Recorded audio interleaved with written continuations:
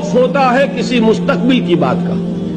یہ نہ ہو جائے، وہ نہ ہو جائے، یہ نقصان نہ پہنچ جائے، یہ تکلیف نہ ہو، خوف ہے مستقبل سے۔ حزن ہے یہ کیوں ہوا، یہ نہیں ہونا چاہیے تھا، فلاں چیز میرے ہاتھ سے جاتی رہی ہے، فلاں موقع نکل گیا، اب بیٹھے ہوئے ہیں اندر ہی اندر کوڑ رہے ہیں، صدمہ ہے اور رنج ہے۔ اور جو اللہ پر ایمان رکھتا ہے وہ جانتا ہے ما اصاب من مصیبت فی الارض ولا فی انفسکم الا فی کتاب من قبل ان نبرأها ان ذلک علی اللہ یسیر لکی لا تعصوا علی ما فاتکم ولا تفرحوا بما آتاکم واللہ لا يحب کل مختال فخور۔ اس زمین میں یا تمہاری جانوں میں کوئی تکلیف، کوئی مصیبت نہیں آ سکتی سوائے اس کے کہ جو اللہ نے لکھ دی ہو اس سے پہلے کہ وہ ظاہر ہو۔